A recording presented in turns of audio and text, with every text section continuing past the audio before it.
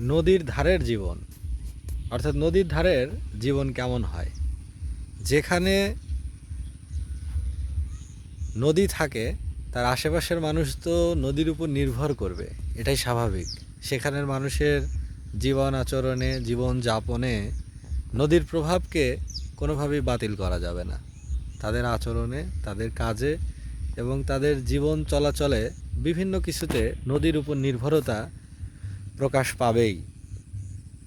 যেমন ওই যে কর্নারে দেখা যাচ্ছে, ওখানে একটা মেশিন লাগানো নদীর কিনারায়, উপরে জমির পাশে, আর নিচে পাইপ দেয়া, অর্থাৎ নদীতে পাইপ দেওয়া। পাইপের এক মাথা নদীতে আর এক মাথা মেশিনের সাথে। এটা কেন?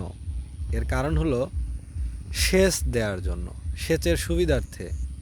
অর্থাৎ নদী আছে কাছে, এখানে আর ডিপ করার দরকার নেই। ভূগর্ভস্থ পানি নেয়ার কোনো প্রয়োজন নাই। শুধুমাত্র মেশিন স্টার্ট দিলে নদী থেকেই পানি নেওয়া যাবে।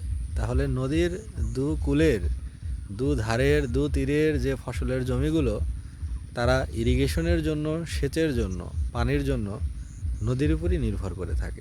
যদি নদী না থাকতো, এই জমিতে সেচ দেওয়ার জন্য ডিপ করতে হতো, মাটির নিচ থেকে পানি ওঠাতে হতো। আর এখন নদীতে তো ভর বছর পানি থাকে, সারা বছর পানি থাকে।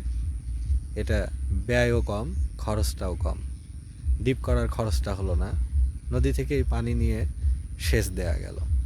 এগুলোকেই বলা হয় প্রকৃতির দান, প্রকৃতির আশীর্বাদ, দ্য ব্লেসিংস অফ নেচার। একদম স্বাভাবিক প্রাকৃতিক জীবন।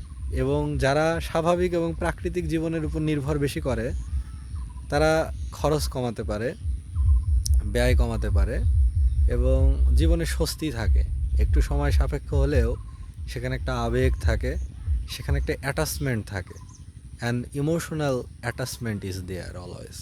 ওখানে সবসময় একটা মানসিক একটা প্রশান্তি থাকে। এই কাজগুলো করার মাঝেও একটা আনন্দ থাকে। শরীর এবং মন ওইভাবে অভ্যস্ত হয় বা ওইভাবে কাজ করে, যদিও মনে হচ্ছে এটা সময় সাপেক্ষ, কেন এরা তাড়াতাড়ি এই হারিড লাইফে যাচ্ছে না।